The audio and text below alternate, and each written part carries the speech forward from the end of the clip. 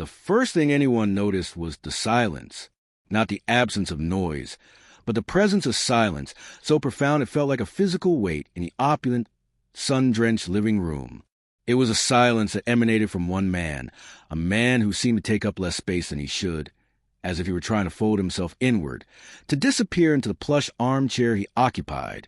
This was David, a father, a husband, a man whose stillness was often mistaken for emptiness. Across from him, his wife, Melissa, was a supernova of triumphant energy. Her voice, a sharp counterpoint to his quiet, sliced through the air, glittering with the pride of a conqueror.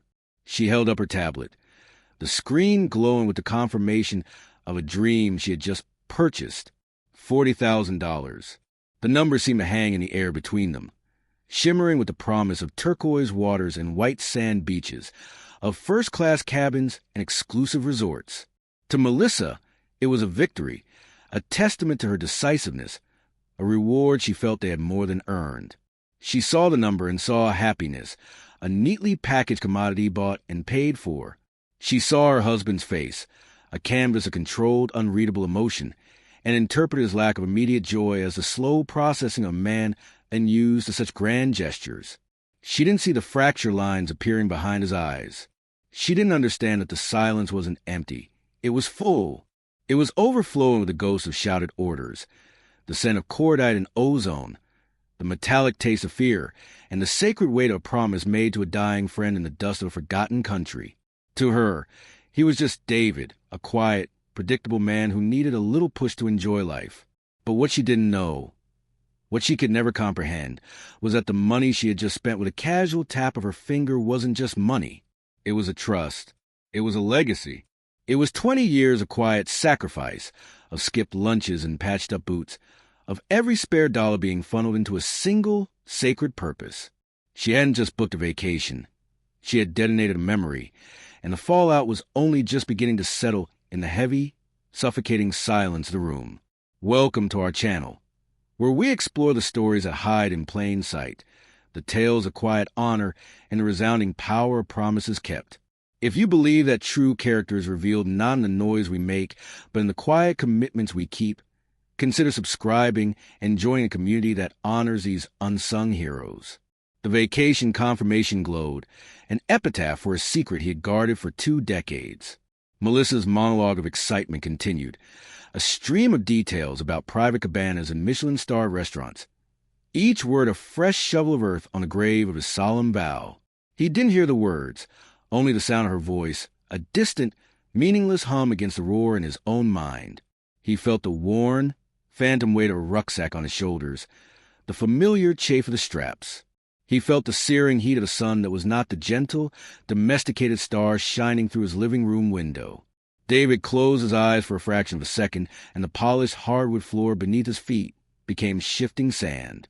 The scent of Melissa's expensive perfume was replaced by the acrid smell of a burning vehicle. He was there again, back in the place he never spoke of, the place that had carved the limp into his leg and the silence into his soul. The number on the screen, $40,000, was not an abstraction. It was a final brick in a wall of protection he had been building year by year for 2 children who had never met him, 2 children whose father had taken his last breath while looking at a faded photograph of them, whispering their names like a prayer. "It will be a fresh start for us, Davy," Melissa said, finally noticing his stillness, misreading it as apprehension. "Stop worrying about every penny for once. It's time we lived a little." He opened his eyes. The ghost receded, leaving behind an ache that was deeper than bone. He looked at his wife, her face flushed with a happiness he could no longer recognize, and for the first time he saw a stranger. The silence in the room was no longer his alone. It was now a chasm between them, vast and uncrossable. He had built a fortress of quiet dedication around a single, solemn promise, and the person he had built a life with had just, unknowingly, torn it down with a single, careless click. The battle was over. The war had just begun. David's world was a universe constructed of quiet routines and deliberate, unassuming modesty. His life was a carefully curated exhibition of the ordinary, a masterpiece of camouflage designed to conceal the extraordinary man who lived within it. He was a carpenter, a trade he'd chosen for its tangible, honest nature. He found solace in the scent of sawdust, in the clean, straight lines of a well-measured cut, in the satisfying finality of a perfectly driven nail.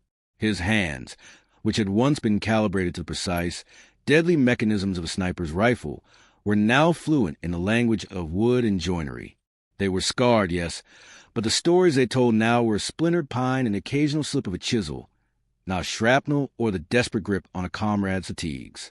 He lived in a modest, two-story house on a street lined with identical houses, a place where conformity was a virtue and anonymity a comfort. He mowed his lawn every Saturday morning, trimmed the hedges every other Sunday, and painted the porch every 3 years. He was a quiet neighbor who gave a curt, polite nod, the man whose presence was so consistent it was almost invisible. This quietude was a sanctuary, the shield he held against a world that had once demanded too much from him. Inside this sanctuary, hidden from view, were the totems of his former life. Tucked away in the back of his sock drawer, beneath layers of neatly folded gray and black socks, was a small velvet-lined box. Inside rested a silver star, the bronze star with a V for valor and a purple heart. They were cold to the touch, heavy with the weight of actions he had forced himself to forget but could never fully erase. In another drawer, hidden in the false bottom of an old toolbox, was a faded photograph of his unit. A dozen young men, grinning and invincible in the unforgiving sun, their arms slung around each other. He was in the center, looking just off camera, a shadow of a smile on his face that didn't quite reach his eyes. Most of them were gone now, their names etched onto memorials both public and private. His most guarded secret, however, was not a medal or a photograph. It was a simple leather-bound ledger he kept locked in a small safe in his workshop. Every week, for 20 years, he would sit at his workbench, the scent of cedar and pine his only company, and make an entry. He would transfer a portion of his paycheck, sometimes a little, sometimes a lot, whatever he could spare, into a separate account. An account Melissa knew about, but whose true purpose was a mystery to her. She thought it was his project fund for a boat he would never buy or a workshop expansion he would never build. She saw it as a harmless eccentricity. But each entry in the ledger was a ritual of remembrance. Beside each deposit, he would write a single word or short phrase. Michael's laugh. Reyes telling that stupid joke. First steps. Graduation. It was a chronicle of A. Life he had sworn to protect, the life of Sergeant Michael Reyes' children, a boy and a girl who knew him only as a distant, anonymous benefactor, the administrator of the Reyes Children's Trust. His frugality, a source of constant low-level irritation for Melissa, was not born of stinginess. It was a discipline of devotion. The patched soles of his work boots meant another $100 for the fund.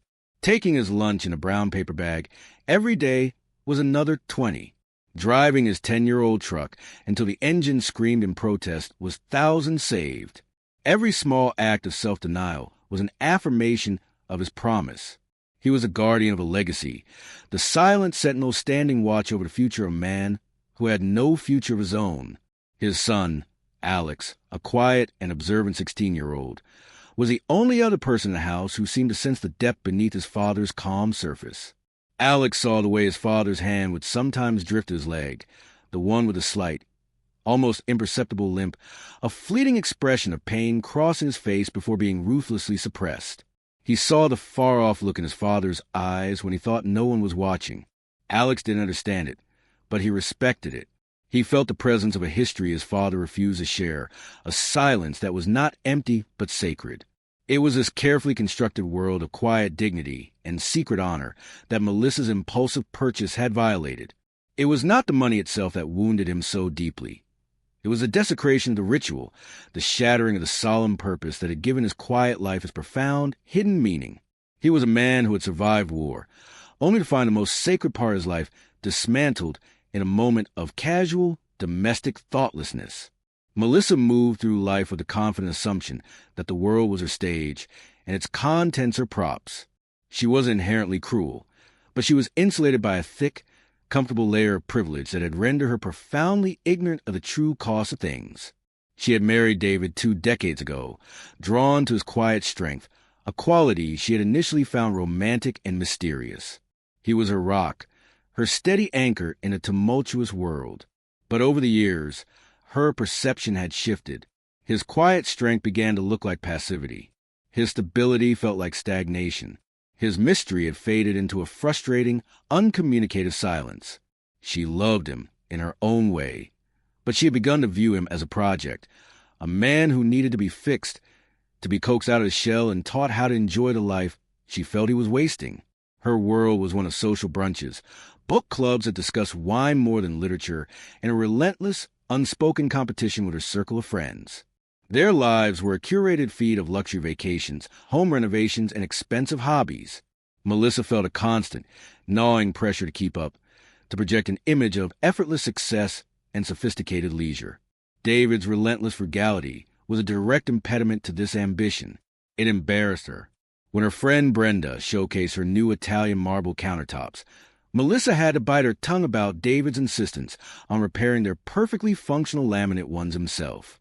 When another friend, Janice, detailed her family's 2-week safari in Tanzania, Melissa felt a hot flush of shame, thinking of their own modest, predictable trips to a rented lake cabin.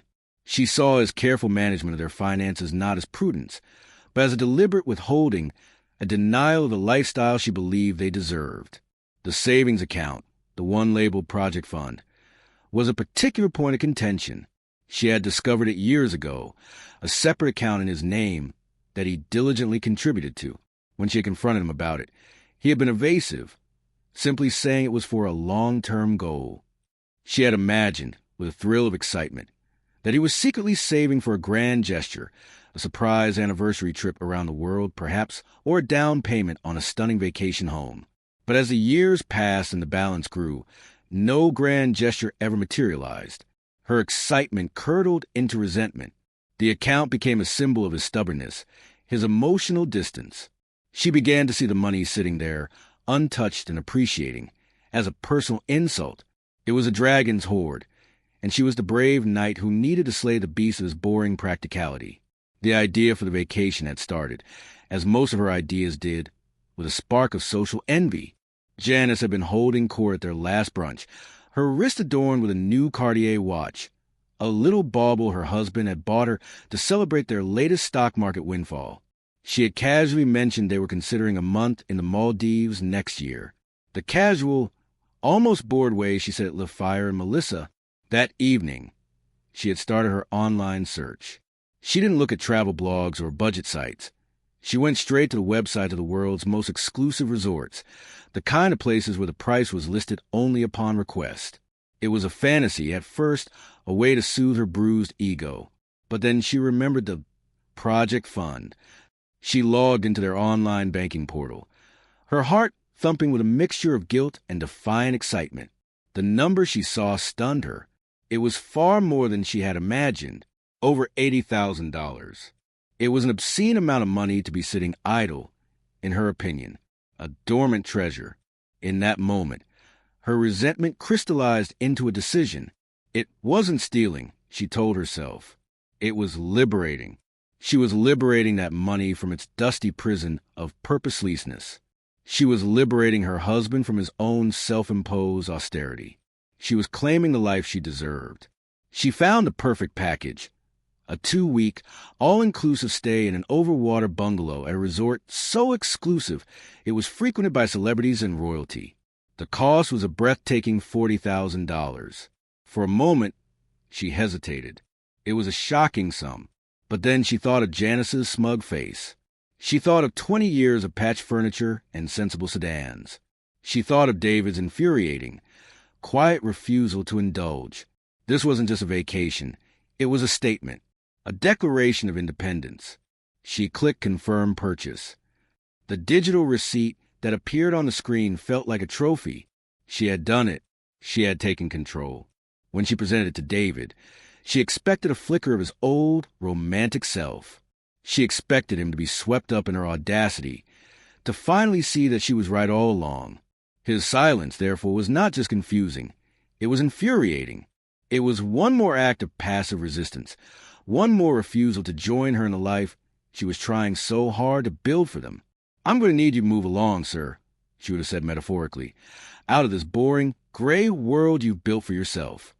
She saw his pained expression not as genuine anguish, but as a stubborn disapproval of a man who simply didn't know what was good for him. Her condescension was her armor, protecting her from the terrifying possibility that she had made a catastrophic, unforgivable mistake. The inciting incident was not a loud explosion, but quiet, sharp click of a mouse button, an act of domestic rebellion that sent seismic waves to the foundations of David's carefully ordered existence. Melissa had chosen her moment with tactical precision. She waited until after dinner, when the day was soft and winding down, a time when she felt David was most pliable. She poured him a glass of wine he didn't ask for and sat across from him, her smile a little too bright, her eyes gleaming with the fervor of a zealot. "Surprise!" she had announced, her voice a theatrical flourish. She turned the tablet towards him, the screen ablaze with the confirmation page. "We're going to paradise. I got us the best suite, non-refundable for the best rate. Of course, you deserve a little fun for once." The words hung in the air, each one a small, sharp dart. You deserve a little fun. As of his life, his quiet purpose was a joyless penance. He looked at the screen, at the bold, cheerful font proclaiming their 2-week escape, at the staggering figure of $40,000. The blood drained from his face. It felt as if the floor had dropped out from under him. The room tilted, the edges of his vision blurring. He could feel the familiar, cold dread coiling in his stomach. The same feeling he'd had when the radio crackled with the news of an ambush. The same feeling he'd had kneeling in the dust next to a man who was his brother in all but blood. He didn't shout. He didn't accuse. His voice, when it finally came, was a low, ragged whisper, scraped raw from the depths of his shock. "Melissa, what have you done?" She laughed, a sound that was suddenly grating and alien to him. "I've saved us, David. I've saved us from dying of boredom. Look at this place. It has a personal butler." She started to scroll through photos of pristine beaches and infinity pools, her commentary a relentless barrage of cheerful ignorance. "You shouldn't have done that," he said, the words heavier than any he had spoken in years. "That money, it was for something."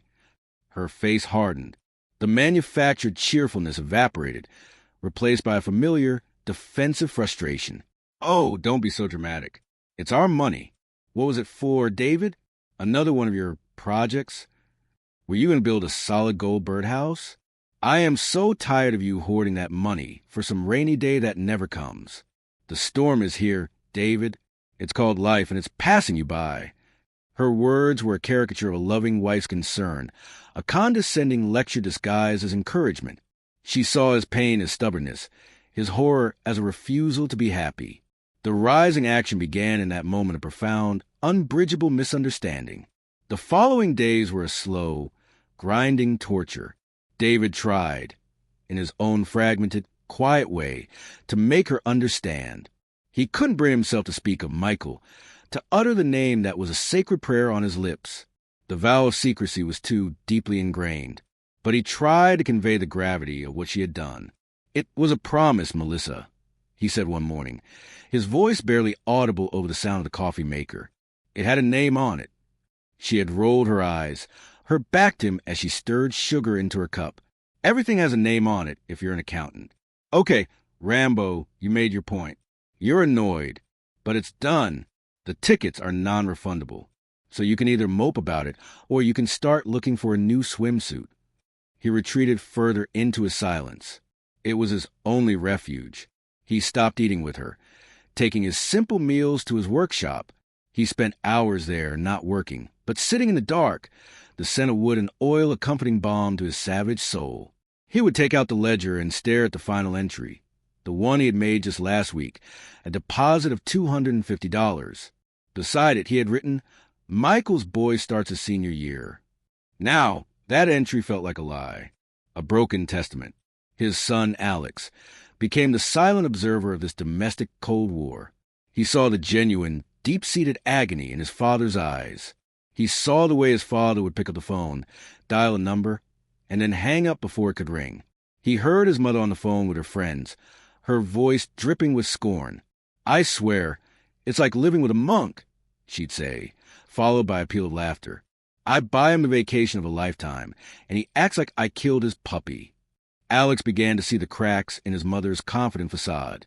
Her constant cheerfulness seemed forced, her laughter a little too loud. He started to understand that his father's silence wasn't weakness. It was a form of strength his mother couldn't comprehend. He was watching a slow-motion collision, and he was powerless to stop it. The disrespect escalated, hardening from casual dismissal into outright mockery, solidifying Melissa's role as the ignorant foil to David's quiet, misunderstood honor. The escalation was a quiet, creeping thing, a poison seeping into foundations of their shared life. Melissa, having committed to her course of action, doubled down on her narrative. In her mind, she was the hero of the story, the one who had taken decisive action to bring joy into their stagnant lives. David's continued, somber withdrawal was an indictment of her choice, and she could not tolerate it. Her dismissiveness sharpened into a blade of daily mockery. She began referring to him, with a sarcastic smirk, as the Chancellor of the Exchequer or the Fun Police. She would leave travel brochures on his pillow, open to pages showing smiling, sun-kissed couples. She bought him a ridiculously bright, tropical-themed shirt and hung it in the front of his closet, a vibrant provocation against his muted wardrobe of grays and blues. "Just try to get you in the spirit," she'd say, her voice oozing a cloying false sweetness. "You can't show up to paradise looking like you're going to a funeral." The irony of her words was a physical blow, though she remained blissfully unaware.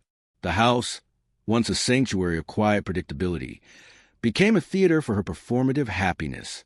She invited her friends over more frequently, regaling them with increasingly exaggerated tales of the luxurious trip to come.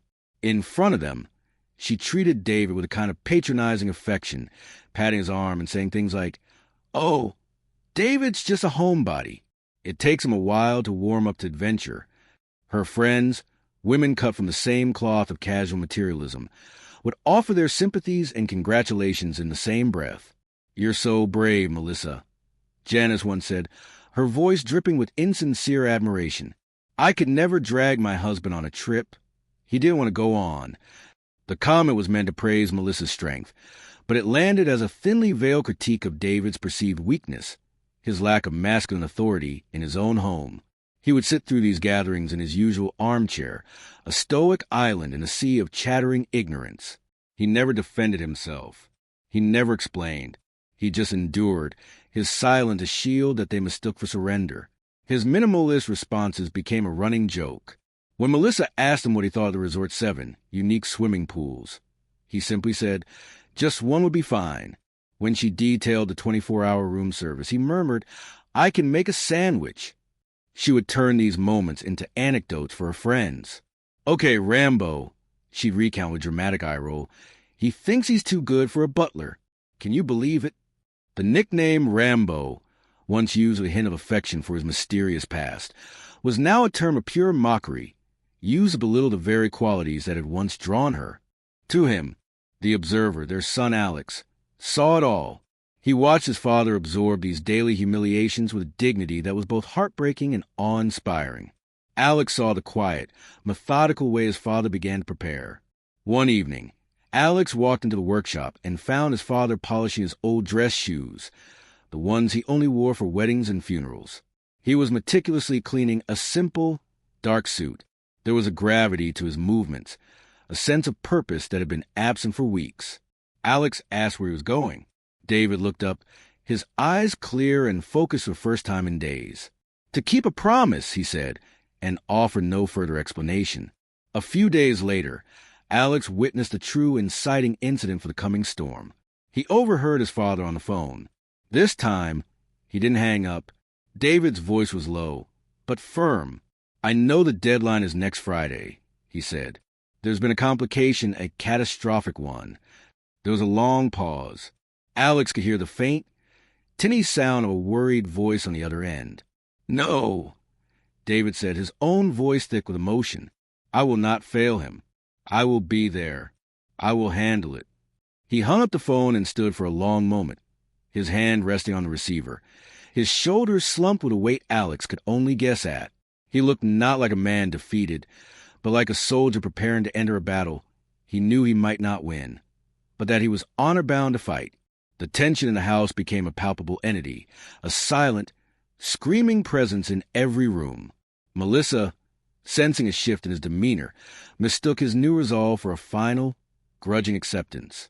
She became even more arrogant, convinced she had won, that her relentless campaign of cheerful bullying had finally broken his spirit.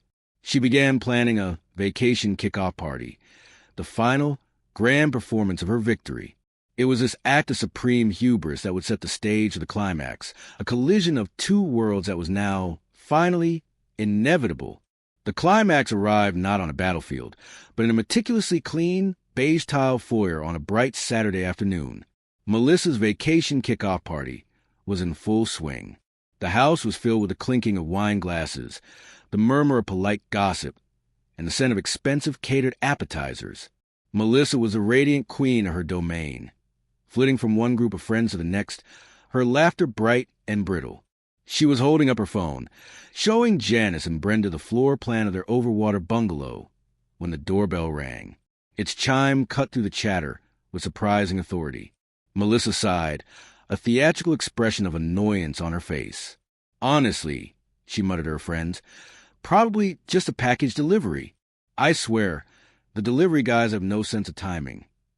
She strode to the door and pulled it open, a welcoming smile already plastered on her face, ready to dismiss whoever was on the other side. The smile froze and then melted away. Standing on her porch were not delivery people. They were two figures who seemed to have stepped out of a different, more serious world. The first was a man in his late 50s, his hair a distinguished silver at the temples, wearing a perfectly tailored dark suit that spoke of boardrooms and quiet, immense authority. His face was grim, his eyes sharp and analytical. Beside him stood a woman who commanded the space with an entirely different kind of presence. She was in full military dress uniform, the deep blue of the Air Force fabric crisp and immaculate. A constellation of medals and ribbons adorned her chest, a silent, powerful testament to a life of service and command. On her shoulders were the gleaming silver stars of Lieutenant General. The camera of the mind would pan up from their polished black shoes, which seemed planted on a welcome mat with an unshakable permanence, up past the sharp creases of their trousers and skirt to rest on their faces, one etched with legal gravity, the other with the calm, absolute authority of high command. Their very presence sucked the frivolous energy out of the foyer. The laughter from the living room seemed to falter, the light chatter dying down as people sensed a shift in atmosphere. Melissa, for the first time, seemed at a loss for words. She stared at the general's stars, her mind struggling to process the intrusion. "Can I help you?" she stammered, the words sounding weak and inadequate. "We are here to see Sergeant Major David Miller," the general said.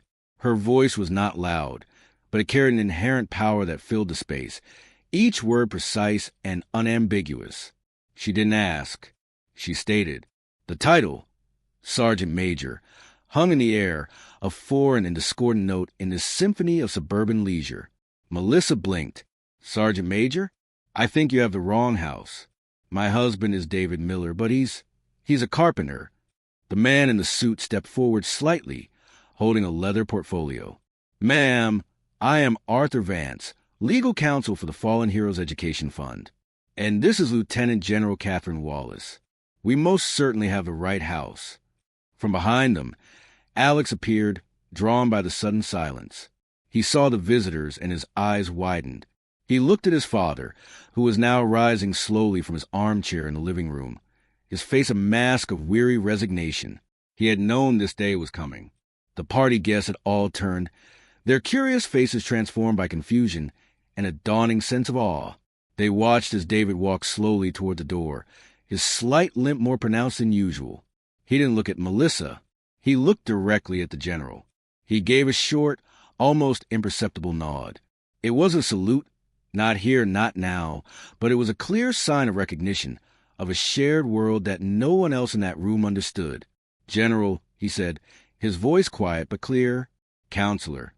The general's stern expression softened infinitesimally as she looked at him. There was a deep, profound respect in her gaze, a reverence that was so at odds with the casual disdain he was used to receiving in his own home.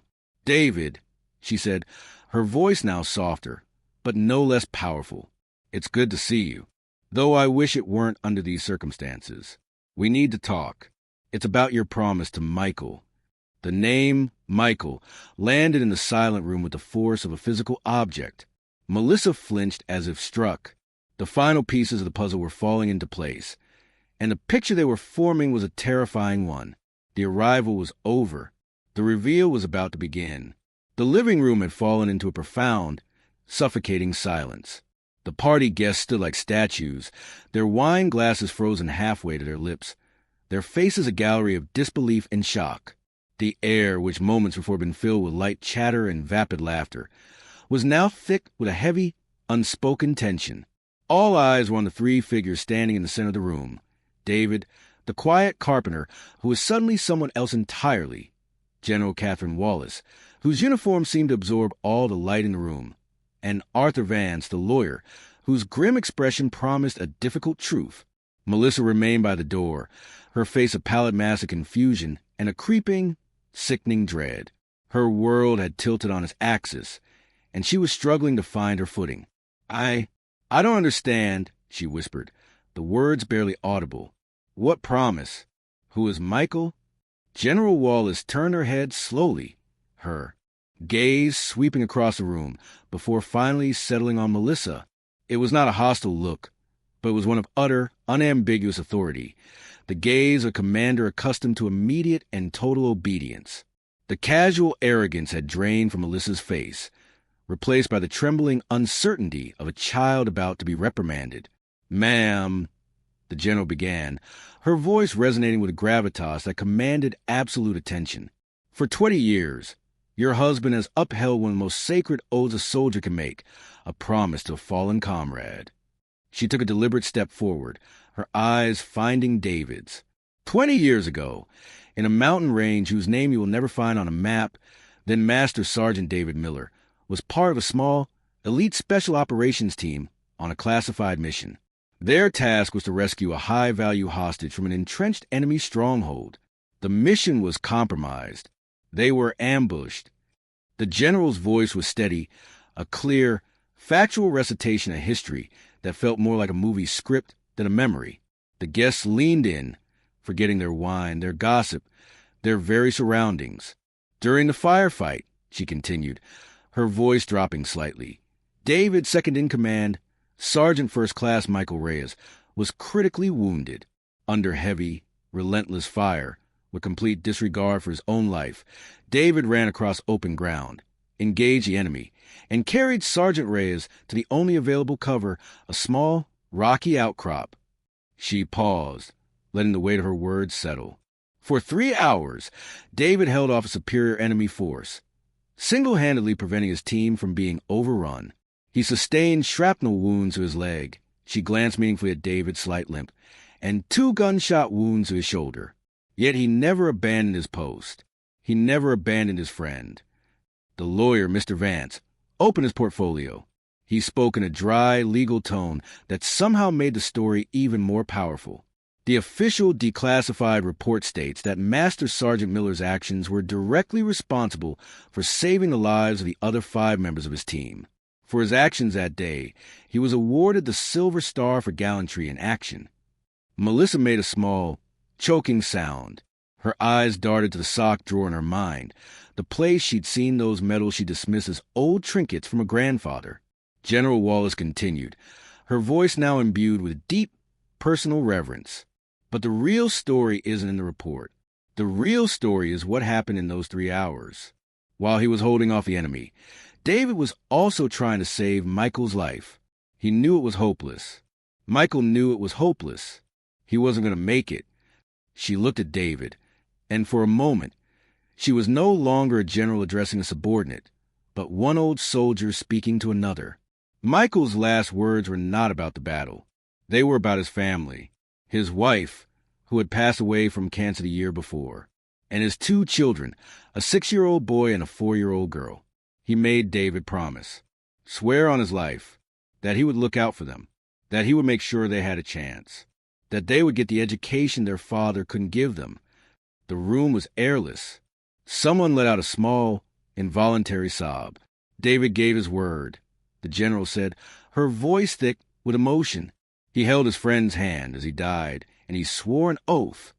Mr. Vance stepped forward again. And for 20 years, Sergeant Major Miller has honored that oath. He established the Reyes Children's Trust. He has been its sole benefactor. He has lived a life of extreme frugality, forgoing any and all personal luxury to ensure that every spare dollar went into that fund. He wasn't saving for a boat, Mrs. Miller.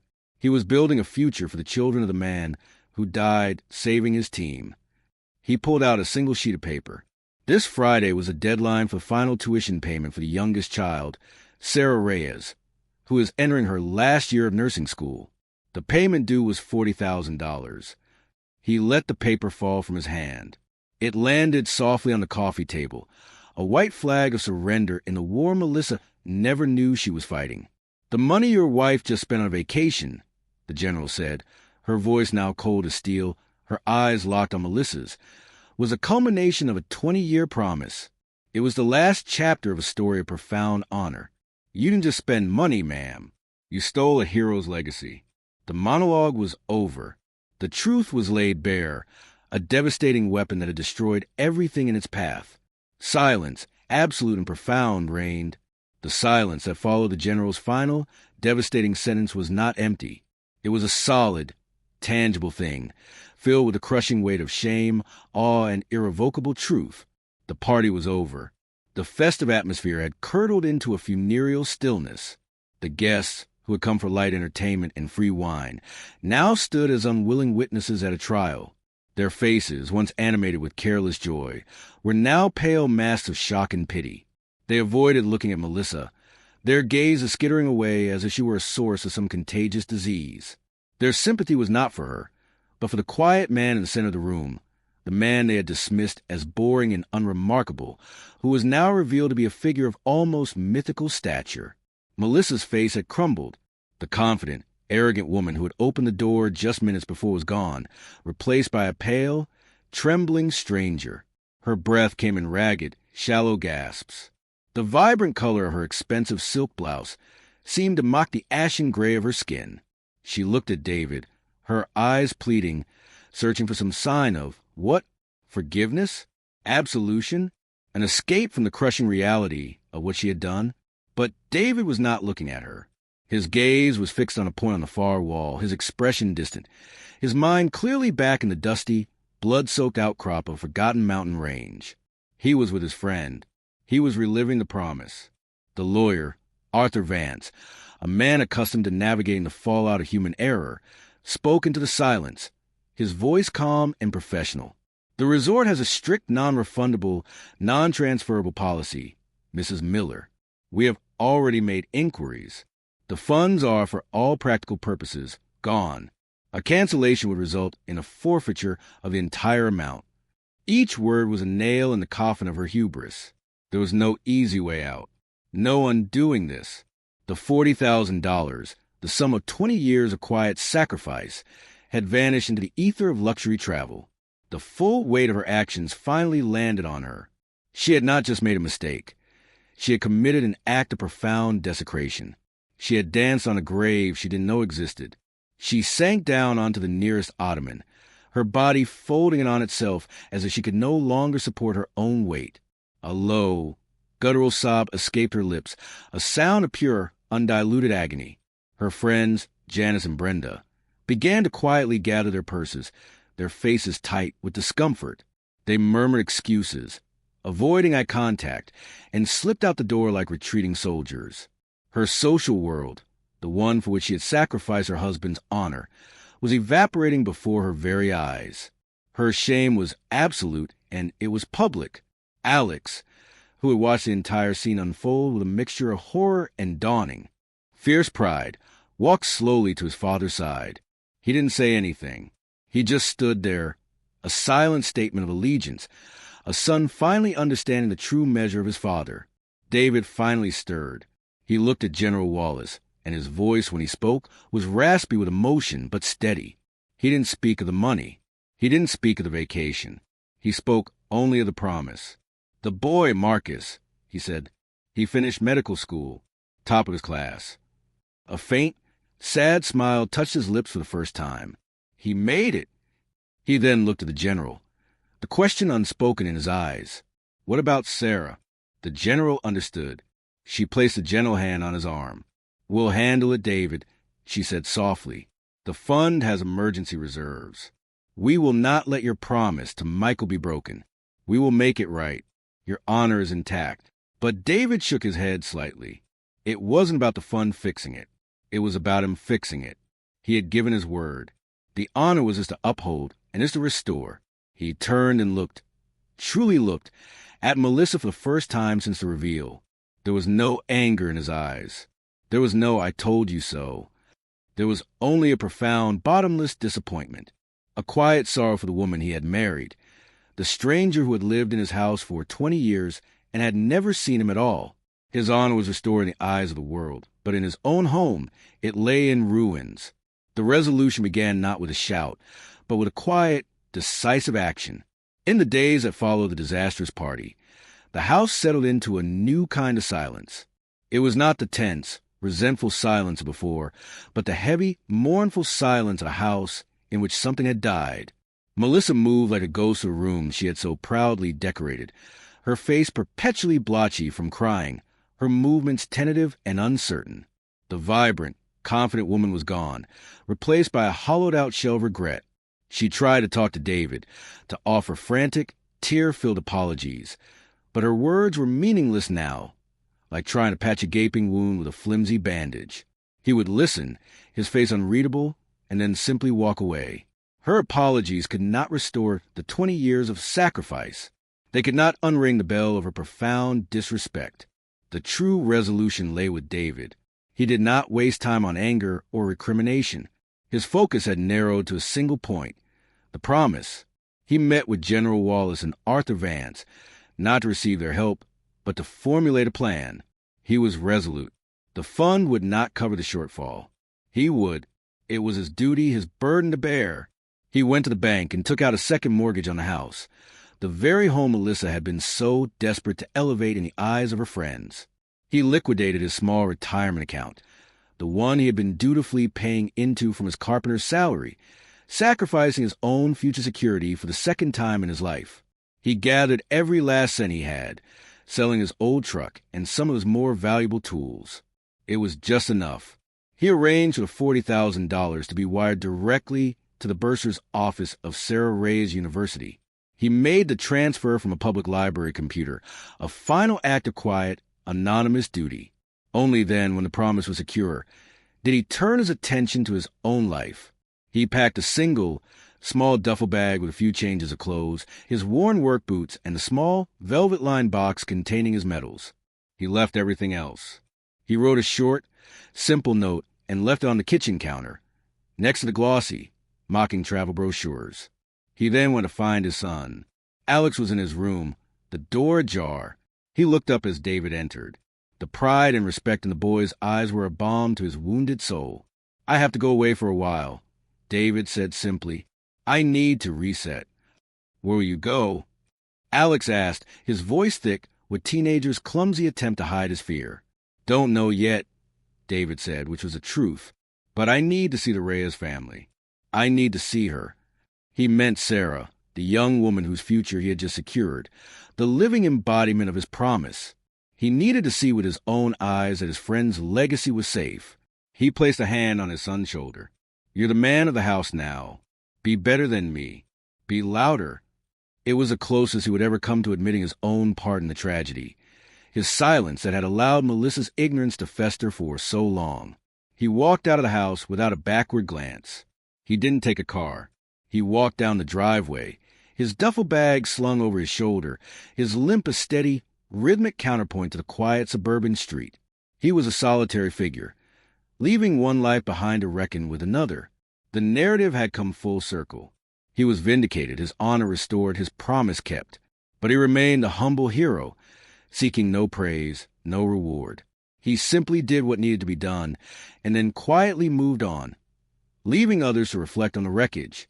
Melissa was left in a beautiful, empty house, surrounded by the trappings of a life that now felt like a grotesque parody. She had spent $40,000 on a vacation, and in doing so, had purchased a one-way ticket to a desolate island of her own making. The ultimate lesson was not about her punishment, but about his quiet, unwavering integrity. True honor, the story showed, is not about the medals on your chest or the applause of crowd. It's about the promises you keep when no one is watching. It's about the sacrifices you make for something larger than yourself. David had lost his home, his savings, his wife, but he had kept his soul intact. He had won the only battle that ever truly mattered. The story of David Miller is not a fable. It is a reflection, a mirror held up to a world that too often confuses price with value and noise with importance. He walked away from the life he had known, a quiet man casting a long shadow, leaving behind the wreckage of misunderstanding that was 2 decades in the making.